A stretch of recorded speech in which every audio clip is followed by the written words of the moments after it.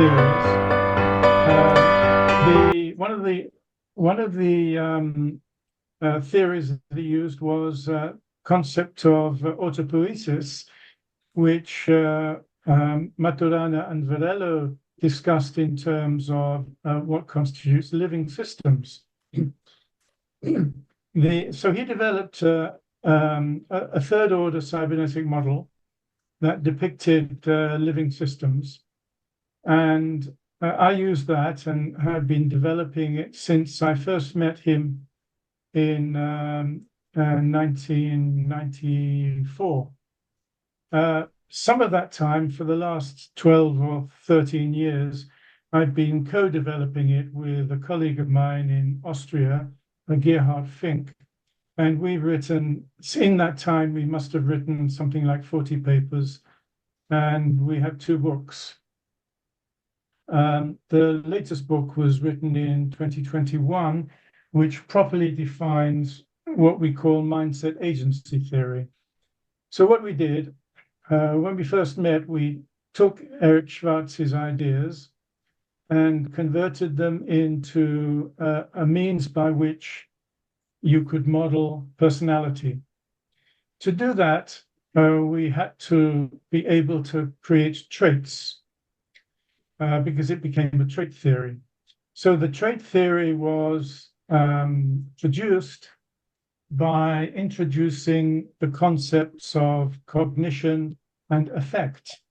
Affect being basically emotion and feeling.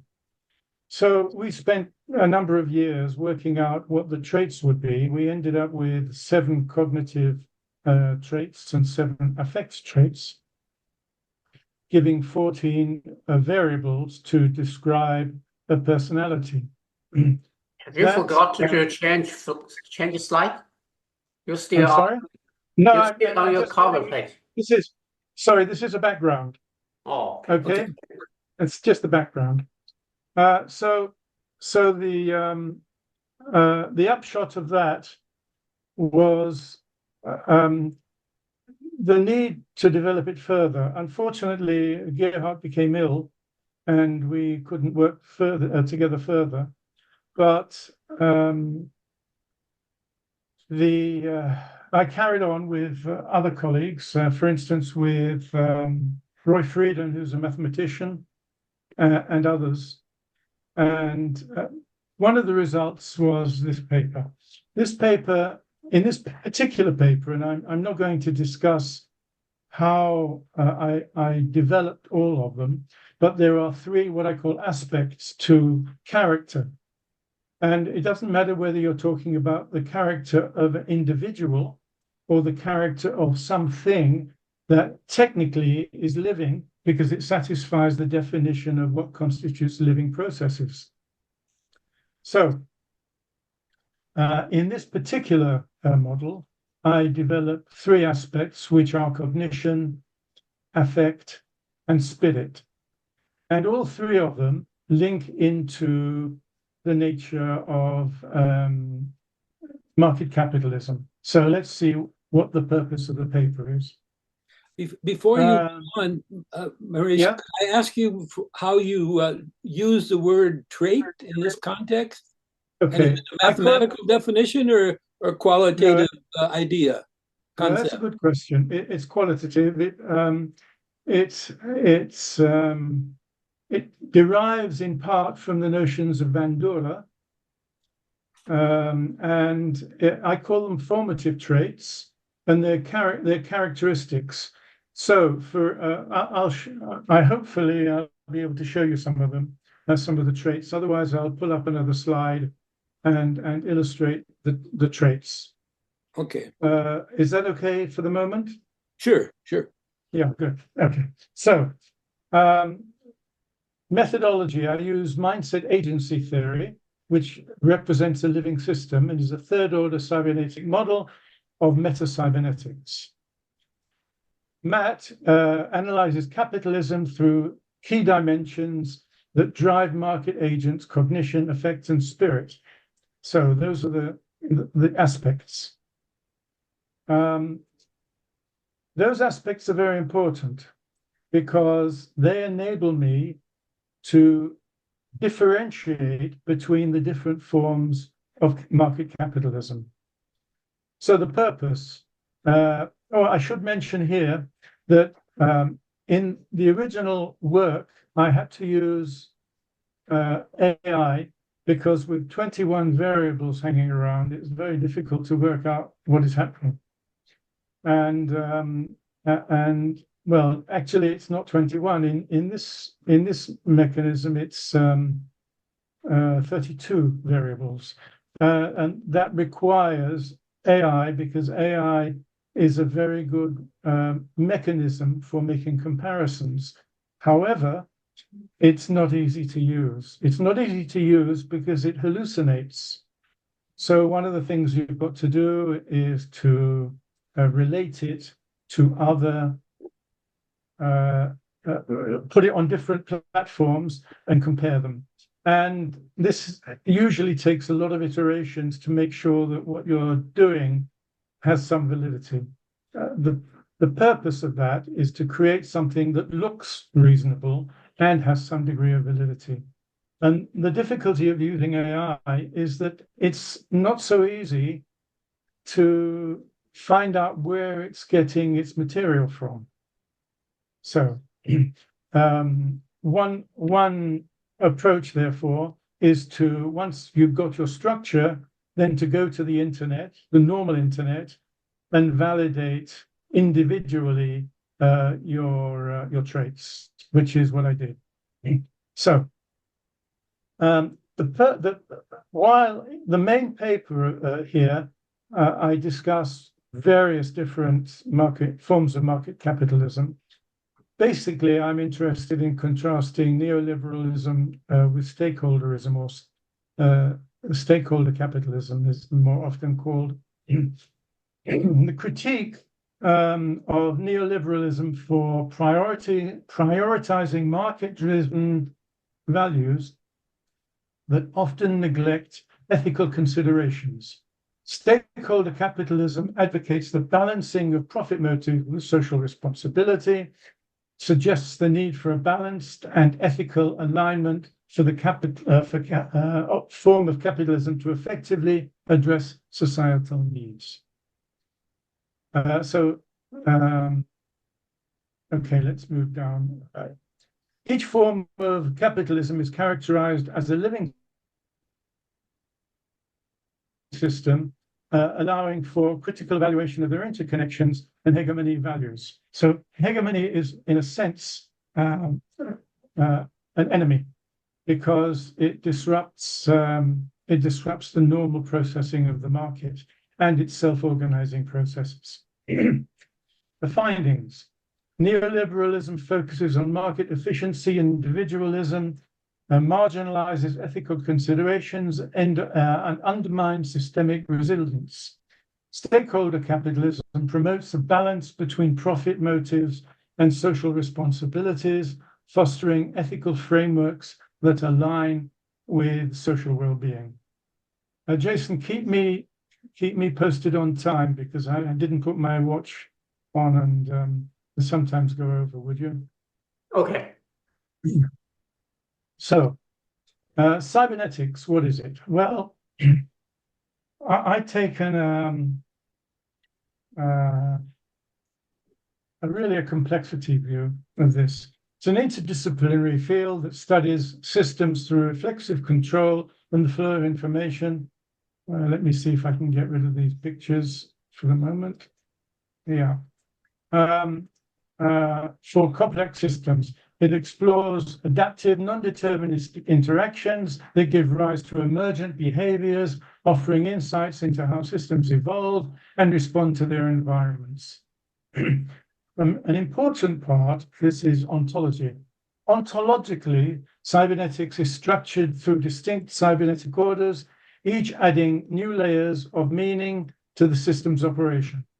To determine a system's cybernetic order, it's best to follow the principle of parsimony, in other words, Occam's razor, where the simplest and most efficient explanation is preferable to describe its control and information flow attributes.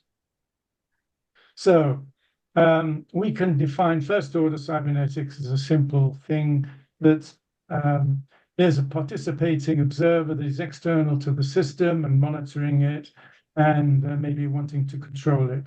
Second-order system, a lot have been spoken about second-order systems, and they introduce the observer as being a part of the system.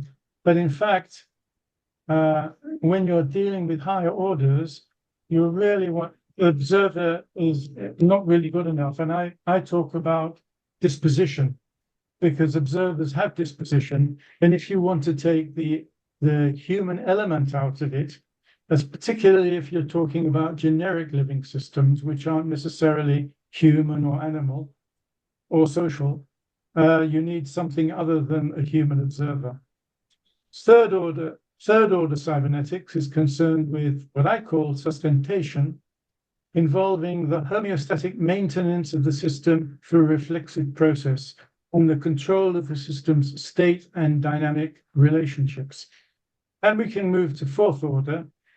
In fact, I'm actually writing a paper with a colleague on the fifth order cybernetic system, which is quantumly related. And I introduced the term metanosis, which is really a way of controlling regeneration and transformation. So here is the fourth order. I don't know why I gave the fourth order. I should have really given just the third order, but still, this is where we are. So here we have, here in the middle is the third order system. It's this system in the middle that I'm actually referring to. So that has an operative system, a dispositional system, and a sustentative system. Dispositional system is linked by what I call posterior autopoiesis and anterior autopoiesis. This is rather like feed forward and feedback from the dispositional system, or depends which system you're using your anchor.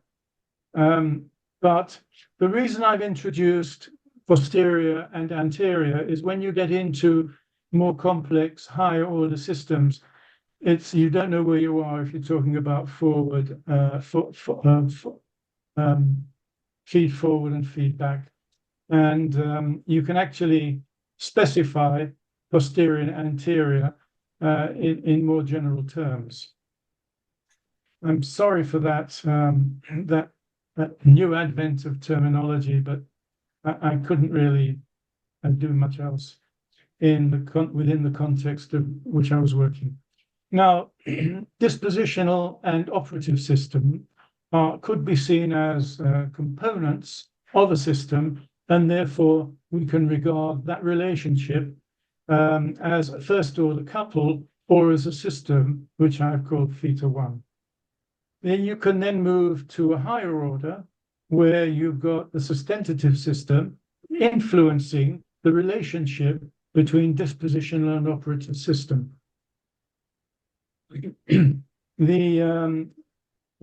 Eric Schwartz originally coined the term autogenesis for that, or self-creation.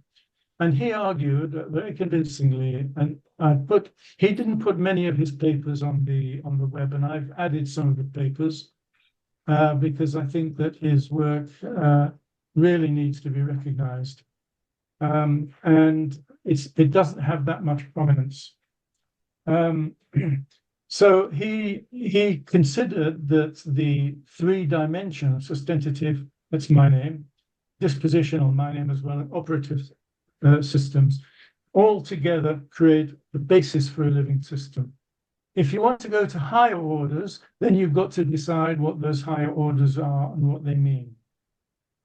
So I came across this fourth order because I met somebody who was a cybernetician also, but he's in engineering, who was working in intelligent computer systems, designing a computer that could have some level of understanding.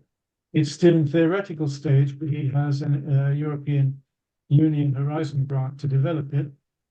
And we discussed that, and I came up with the notion of the monotonic. So I'm not really going to discuss that fourth order. So let's see where we're going from here. Okay. In discussing, so at the beginning of the paper that was published 4 or 5 months ago, I tried to create a rationale for looking at what was happening. So I'm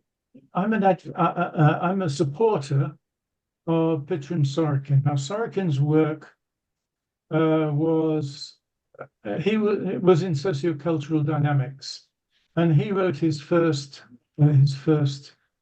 books, a 4-volume set of books, in 1939 to 42, I think it was, a 4-volume set where, after 10 years working with his postgraduate students and collecting vast amounts of data, he came up with the idea that cultures change according to cultural shifts between sensate and ideational. So ideational is basically to do with ideas, and sensate is to do with materialism. That eventually got me to thinking that if you're looking at traits, having one polar end of the trait being indeterminate, like ideationality in Sorokin's trait, and sensate would be material. So if you can just create traits which have, on one hand, indeterminism and on the other hand, determinism, then you satisfy the requirement that they are epistemically independent, which is what you need for an adequate theory. So I went down that route, and in my writings, I've tried to explain why traits having that structure are necessary. What I did to find out what was happening with the development of different theories or different ideologies of market capitalism, I looked at various forms, and as you see at the bottom of this slide, I have laissez-faire capitalism, liberalism, Marxism, state capitalism. And when I'm talking about Marxism, it's a special form because people might argue that Marxism is not market capitalism, but there is a form that is. State capitalism, Keynesian capitalism, social market economy, stakeholder capitalism, and neoliberal capitalism. So what I did is I got the AI to do an analysis, and that took several days. And it came out with these tendencies. Now, according to Sorokin, as we progress over the centuries, things aren't smooth because we live in a complex environment, complex world, and you get ups and downs. That's why you would not expect a straight line. You would have ups and downs on your graph, but perhaps if we're lucky, we can see a tendency. And there does seem to be a tendency. Whether it's a valid one or not is something that I can't respond to unless a full and proper analysis were undertaken. But the two lines represent egoism and altruism. And you can assign both of those to different forms of market capitalism.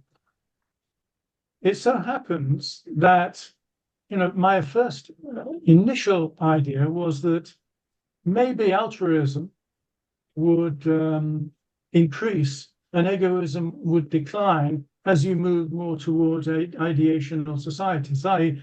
collectivist societies. But it turns out that's not the case. What actually happens is because things become more complex, egoism stays and also increases together with altruism. So that's the description of that slide. So now I move on to the core of what this is about: market failures and hegemony in market economies. So this is a slide that explains what the different attributes of that. So market composition. Markets are complex ecosystems with diverse actors, consumers, producers, intermediaries, who contribute ideational, idea-focused, or sensate, material-focused values. When aligned, these values help maintain stability. And when they're not aligned, they don't. You can have collapse in markets. Jason, keep me aware of the time. 5 more minutes. 5. Well, okay. I'm going to scoot by this then and see where we go. Okay, here we have a three-dimensional, third-order cybernetic system, but it has within it a third-order cybernetic system. So here we have 1, 2, 3. That's your third order, but you can actually embed those orders within. So that's what I did here. The third order is embedded within disposition. Now that gives you personality. This is the dimension that gives you personality. You get personality characteristics here, you get agency characteristics here. And here we have an environment in which people and actors behave. So because we have 5 minutes, I'll not work through that, but it's there if anyone wants to ask me questions. Aspects of market agency. Each aspect has at least 8 identifiable traits that define agency character. I said 7 before, must be 8, I forgot. 2, 4, 6, 7. Yeah, it is. 2 operative, 2 sustentative, and 3 in personality. So we've got cognition, which is really information processing, affect, which is often expressed in terms of emotion and feeling, but you can generalize when moving to generic systems. An affect then becomes valence and arousal. And the spirit, people think of spirit in mystical terms, but really you can define them in terms of trajectorial orientation and interconnectedness. And spirit, in that sense, becomes an anchor for cognition and affect. I actually wrote a paper on consciousness, which was published in 2021, and that explained why the interaction between cognition and affect can result in consciousness, but that consciousness may have one of many different levels. It could be very primitive or very advanced, but that's something for later. So types of neoliberal capitalism. What I did is to apply the characteristics, the aspects of each to each of the market capitalist forms. So I got the AI to analyze the neoliberal capitalism and stakeholder capitalism in terms of the cognitive, affect, and spirit aspects. And the results were interesting because for neoliberal capitalism, I reproduced the Chicago school, the Austrian school, institutional liberalism, ordoliberalism, and market neoliberalism. And these were all predefined, and they conformed exactly to states that I generated, varieties of neoliberalism that I generated using my approach. However, I generated 4 additional ones, which I called minimalist state. Oh no, I've only produced 3. Market efficiency and neo-statism. I did the same thing with stakeholder capitalism, and I regenerated Payne's 4 types of market capitalism without actually trying to bring Payne's material in initially. I did my analysis, and then I asked the AI to make a comparison to Payne's work, which it did. And there was consistency in the structural, the beneficial, the classical, and the instrumental forms of stakeholder capitalism. However, according to my approach, I generated 4 additional types of stakeholder capitalism, what I call innovative, reformer, altruistic, and defensive. I think there should be one more slide. No, that's the end of it. So that's because I've left off a lot of stuff. What's this? Yeah, okay. I wasn't going to discuss this. My time is up. These were ranked. Okay. I got the AI to rank them against problems of hegemony and market disruption, because leaders in market organizations that have dominance in markets can have influence that disrupts the natural processes, the natural self-organizing processes of the market. Okay, that's it. Thank you. That's a very short version of the paper, which is got 50-something pages. Gary? Well, yeah. First of all, I think it's a wonderful extension of Eric Schwartz's basic physical view of how the world works. I think you need 5 hours, not 15 minutes to prepare this. Frankly, the semantics that you're using are absolutely fascinating to me. As semantic, and as such, I view them not as a text. And from the semantics, you create a taxonomy.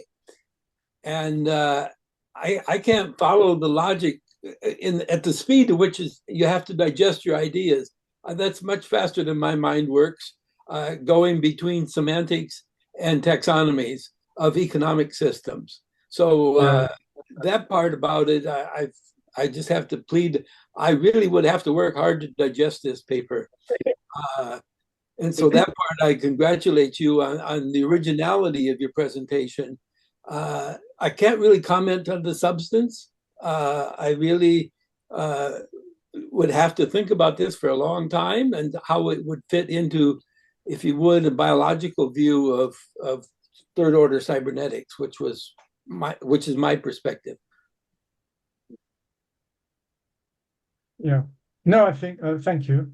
I think, you've only had 15 minutes. I've had, well, since 1994. So I've had a little bit longer. Any more questions? Or do you want, yeah, I've got a few. Yeah, so. Yeah, so I just want to start off by saying thank you. I also want to start off by saying I was working on a dissertation. I've actually emailed you about this, and I had to throw it all away because you did it. Sorry. No, I'm kidding.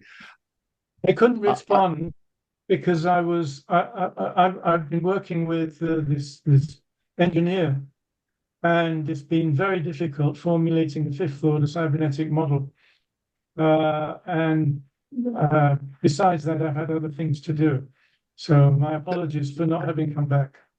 You're fine. You're fine. No. All right, we kind of already set up. That's cool. I just want to say thank you for that, as well as bringing in Sorkin. I think he's one of the most underrated sociologists or thinkers in general in all of the 20th century. And in fact, I use him in my presentation that I'm going to be getting into. So I just want to ask a few questions. Some of them may be asked or brought in through my presentation, but here's a question. Okay, we say that hegemony is what leads to market failures. But from many of those perspectives, this hegemony, these market failures are actually the dynamic processing of the market itself, right? So you can take someone like Israel Kirzner or Hayek, and Hayek, who had a strong emphasis in systems theory and cybernetics, right? Like those inconsistencies and those problems of things like hegemony are actually what allow growth to happen as a natural process. Because if we look at a predator and prey model, right, like as the prey grows, as the prey grows, so in response does the predator, right? And we have this logistic moving equilibrium, this dynamic equilibrium state, right? And so for us to say that hegemony is what stops the natural processing, many would argue that the natural processing is the hegemonic structure itself, that once the hegemon comes in, it's actually that hegemon which leads to the innovation that overtakes it. And that's why we have this dynamic processing in the market. I would worry about using the predator-prey model.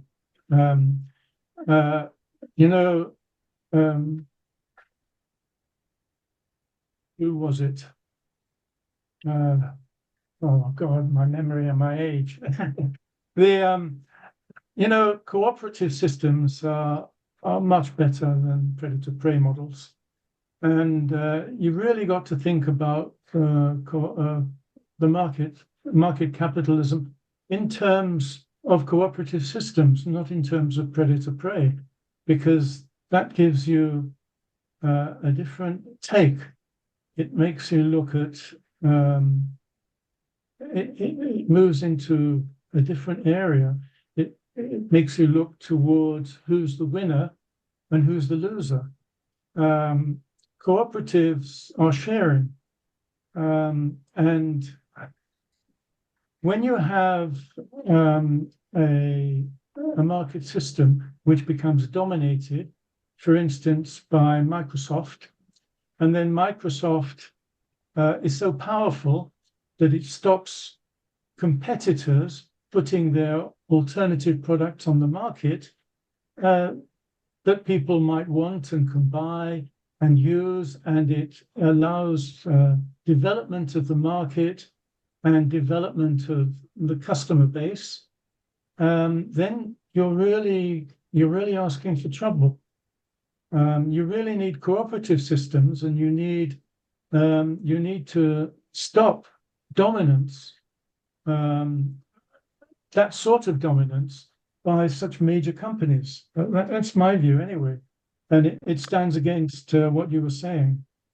Yeah, well, so the question would be like, are they mutually exclusive, right? So I don't assume just prima facie that a predator prey model excludes a cooperative model, right? Like we can think of this from an evolutionary perspective. You have multi-level selection processes where you would have you have in-group, out-group processing, in-group cooperation, out-group competition, and then you could also have out-group cooperation and in-group competition. Like these aren't mutually exclusive. These are all a part of the levels of fitness necessary for you to increase and go forward, right? So, yes, there are problems of regulatory issues or something like that, where something like Microsoft does get too big. But as we can see now in this, this current artificial intelligence revolutions, you're seeing people like ChatGPT, open source AI, and stuff like that. They're overtaking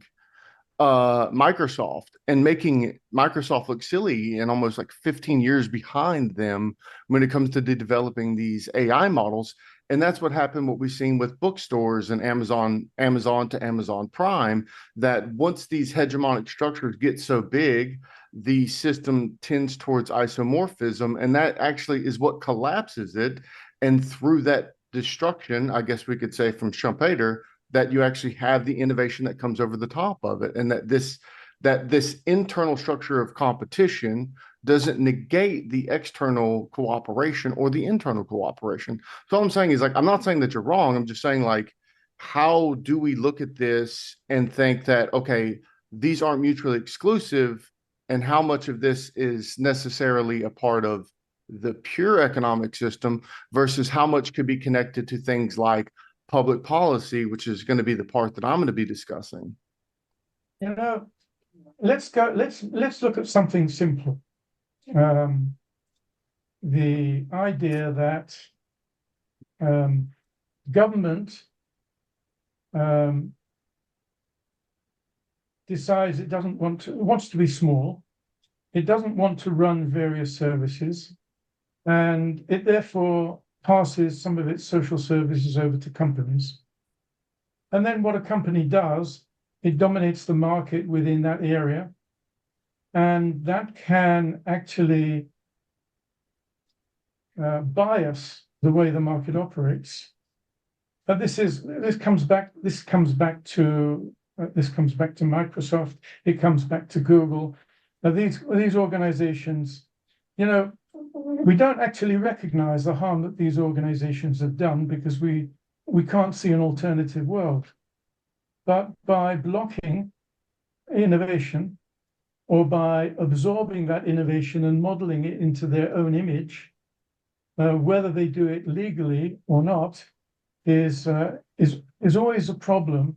And my interest is really looking for viability, and viability within the cybernetic context really means you've got to give maximum potential to any events that might occur. If you've got an economic system which disallows that, then what you're doing is minimizing the potential of the market. And that's the view I'm taking.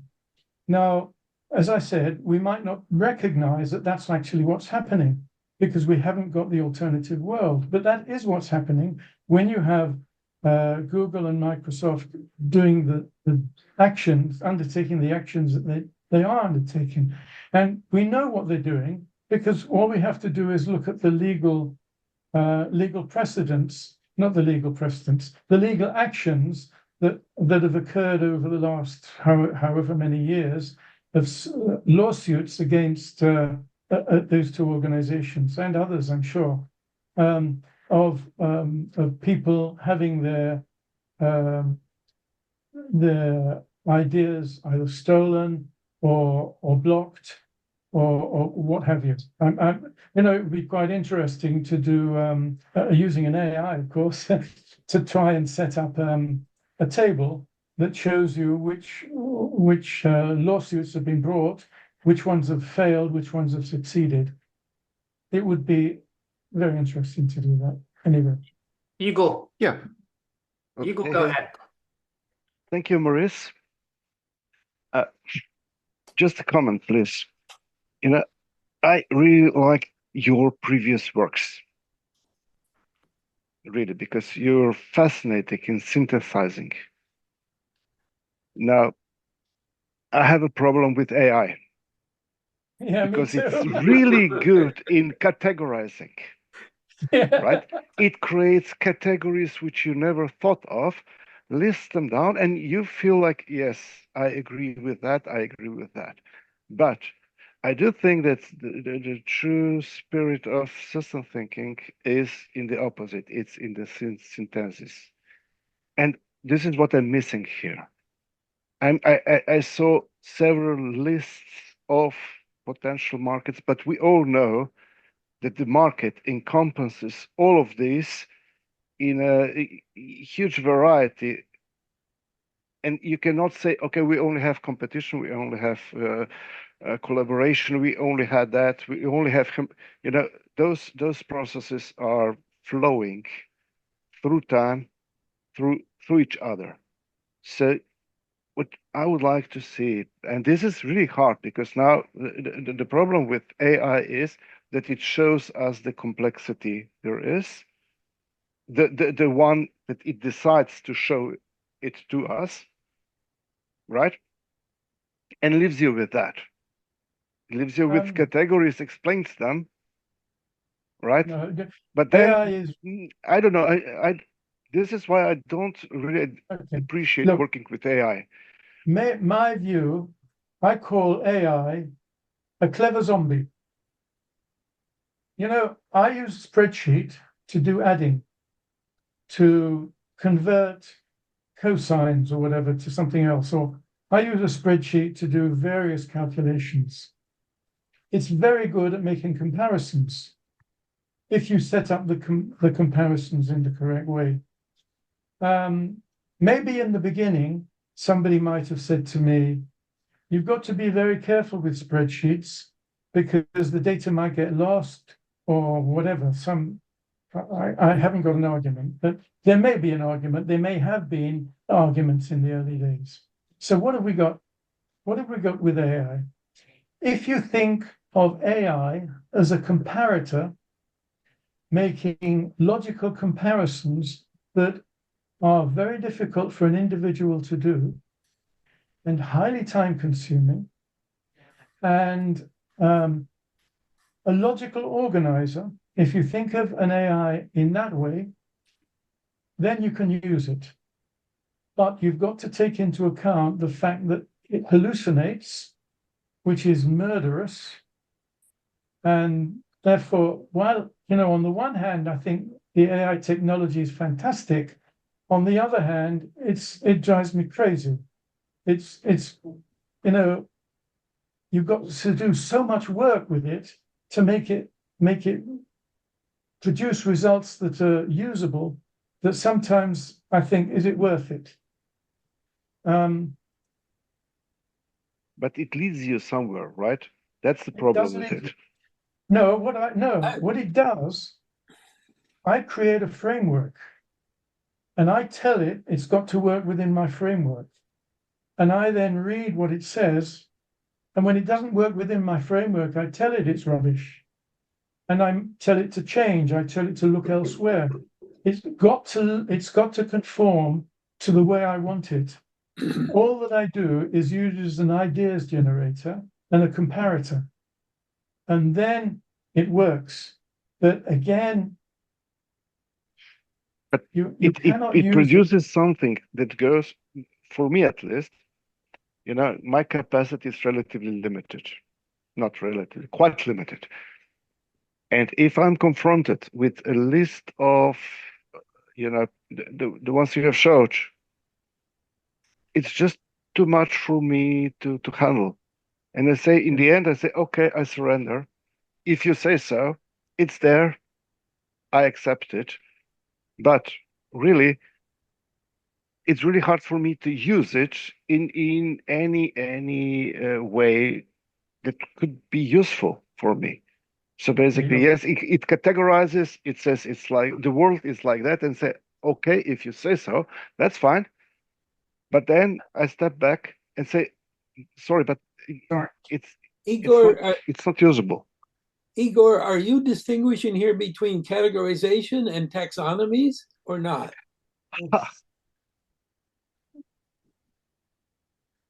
It depends. The taxonomies are actually useful because you use them somewhere. Categorization is something you just categorize, and maybe it's useful, maybe it's just standing there.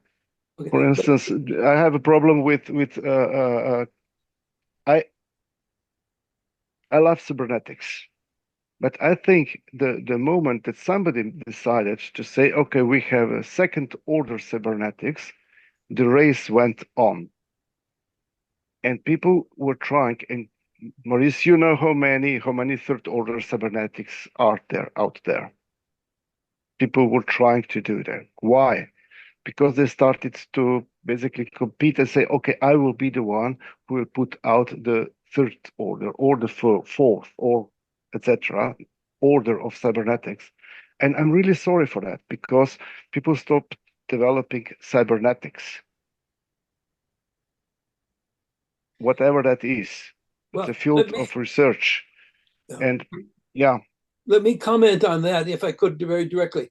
As I pointed out in another forum, I observed feedback and feed forward mechanisms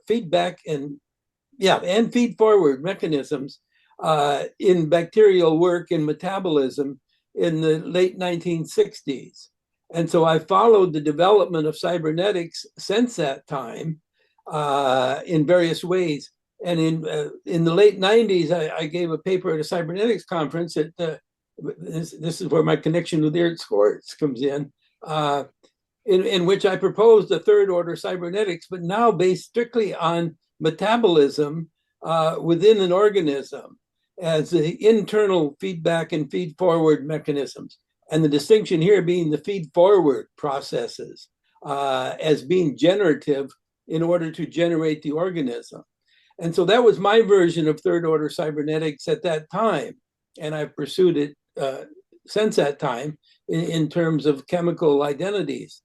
So that part of it is there, but there's still this profound difference between the scientific organization, categorization of taxonomies that are natural to not only, to ecologies, to all of biological organisms, life itself, etc. So this part of the distinction here is, yes, AI can make categories for you if you give it instructions of how you want to do it. And these are purely semantic categories based on its vocabulary that it has to it. They are not taxonomies in the sense that science has used the word taxonomy. And I see this in Maurice's presentation in slide after slide. Intertwining, intercombining these concepts that I separate in my mind. And so I find this tension there. Okay, for time's sake, let's switch to Joe's presentation.